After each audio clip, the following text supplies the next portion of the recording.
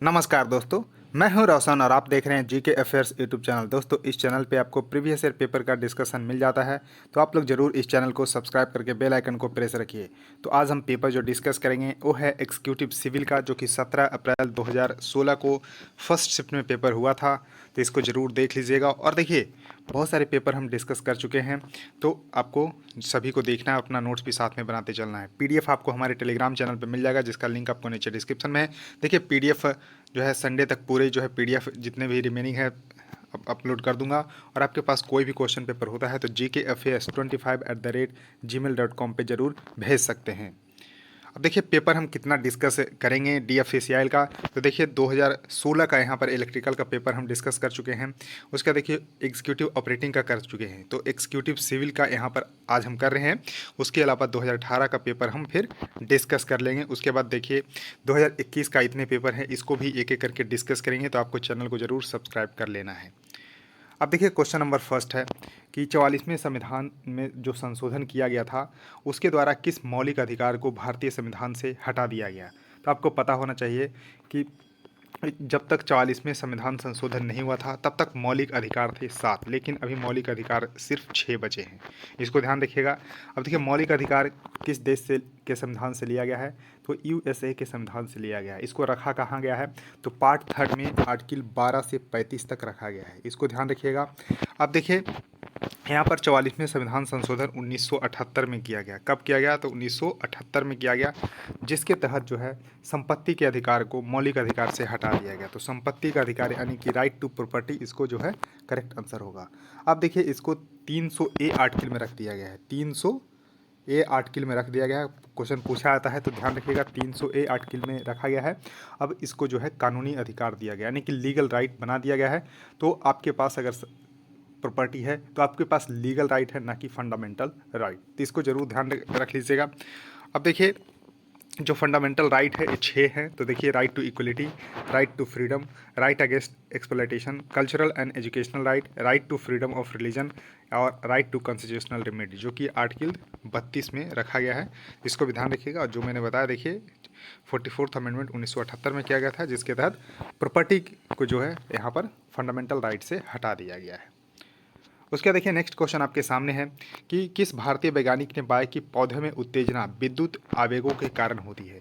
यानी कि जो इंडियन साइंटिस्ट थे डिस्कवर किए थे, stimuli in a plant are due to the electrical impulse. तो इसको ध्यान रखिएगा। तो जगदीश चंद्र बोस इसका सही उत्तर होगा। तो करेक्ट आंसर यहाँ पर बी होगा, जेसी बोस, यानी कि जगदीश चंद्र बोस। और इन्होंने जो है क्रिस्कोग्राफ को भी डिस्कवर किया, जो कि एक डिवाइस है जो कि मेजर करता है tiny reactions and the charges in the plant cell in the response to the stimuli. तो इसको ध्यान रखिएगा। तो क्रेस्कोग्राफ का अगर खोज किसने किया तो पूछा जाए तो जगदीश चंद्र बोस ही सही होगा, जो कि एक डिवाइस है जो कि मेजर करता है tiny reactions and the changes in plant cell in response to the stimuli. और इन्होंने ही जो है stimuli in plants are due to the electrical impulse जो कि डिस्कवर किए थे जगदीश चंद्र बोस। उसका देखिए, नेक्स्ट क्वेश्चन आपके सामने है कि कौन सा ईयर में national rural employment guarantee act जो है इंट्रोड्यूस किया गया था।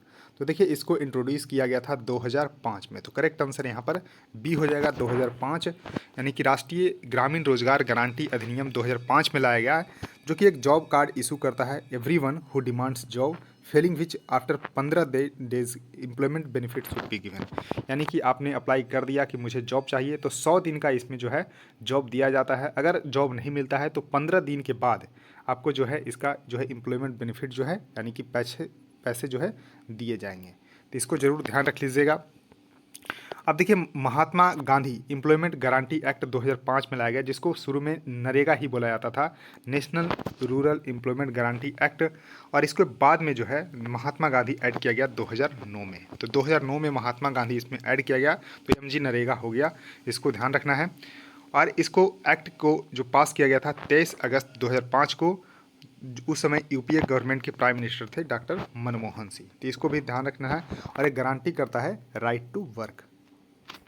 उसके बाद देखिए, नेक्स्ट क्वेश्चन है आपके सामने कि भारत में सर्वाधिक चावल उत्पादक राज्य कौन है, यानी कि highest rice producing state in India.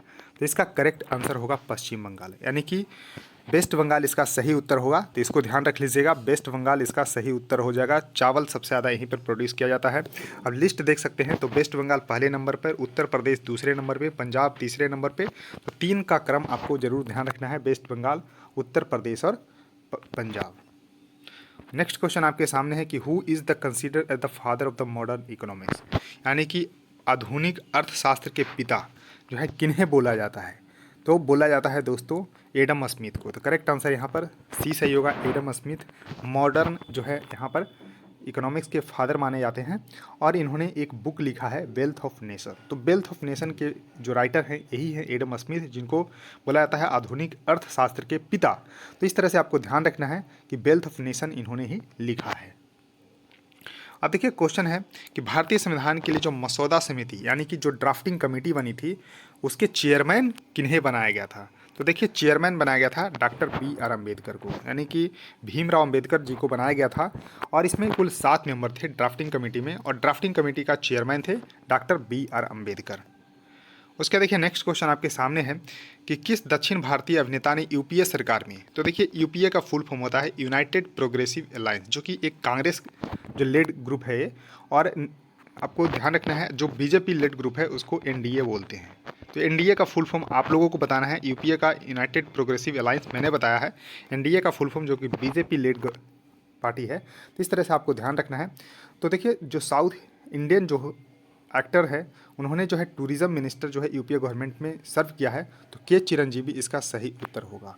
और इन्होंने 2012 में जब मनमोहन सिंह की सरकार थी, यानी कि प्रधानमंत्री थे, तब जो है उन्होंने जो है टूरिज़्म मिनिस्टर का जो है यहाँ पर जिम्मा संभाले थे। तो इसको ध्यान रख लीजिएगा 2012 में। अब देखिए क्वेश्चन है कि किस भारतीय राज्य में जो है राज्य सरकार ने जैविक खेती अनुसंधान संस्थान यानी कि ऑर्गेनिक फार्मिंग रिसर्च इंस्टीट्यूट जो है स्थापित करने की बात कही है? तो इसका करेक्ट उत्तर होगा सिक्किम। तो सिक्किम सही उत्तर हो जाएगा। अब देखिए सिक्किम ही क्यों? क्योंकि सिक्किम जो है first organic state in the world है, यानी कि दुनिया का पहला जो है ऑर्गेनिक स्टेट जो है बना था वो सिक्किम बना था। तो सिक्किम में ही यहाँ पर ऑर्गेनिक फार्मिंग रिसर्च इंस्टीट्यूट स्थापित करने की बात कही गई थी भारत सरकार के द्वारा। तो यहाँ पर सिक्किम सही उत्तर हो जाएगा।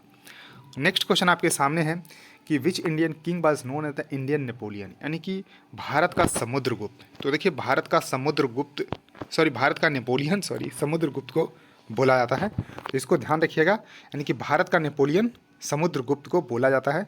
तो समुद्रगुप्त इसका सही उत्तर हो जाएगा।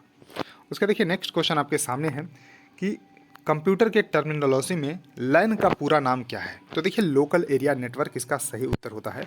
उसके बाद एक होता है WAN, यानी कि वाइड एरिया नेटवर्क। तो ध्यान रखिएगा लैन होता है लोकल एरिया नेटवर्क, WAN होता है वाइड एरिया नेटवर्क। तो इस तरह से आप लोग ध्यान रख सकते हैं। तो दोस्तों यहाँ पर 10 क्वेश्चन ही पूछे गए थे, 10 को मैंने डिस्कस कर लिया है। और भी बहुत सारे पेपर हैं, मैं इसको एक एक करके डिस्कस करूँगा। बस आपको क्या करना है, वीडियो को लाइक करना है, शेयर करना है अपने दोस्तों के साथ, और सब्सक्राइब जरूर कर लेना है। सो थैंक यू दोस्तों, इस वीडियो में इतना ही। धन्यवाद।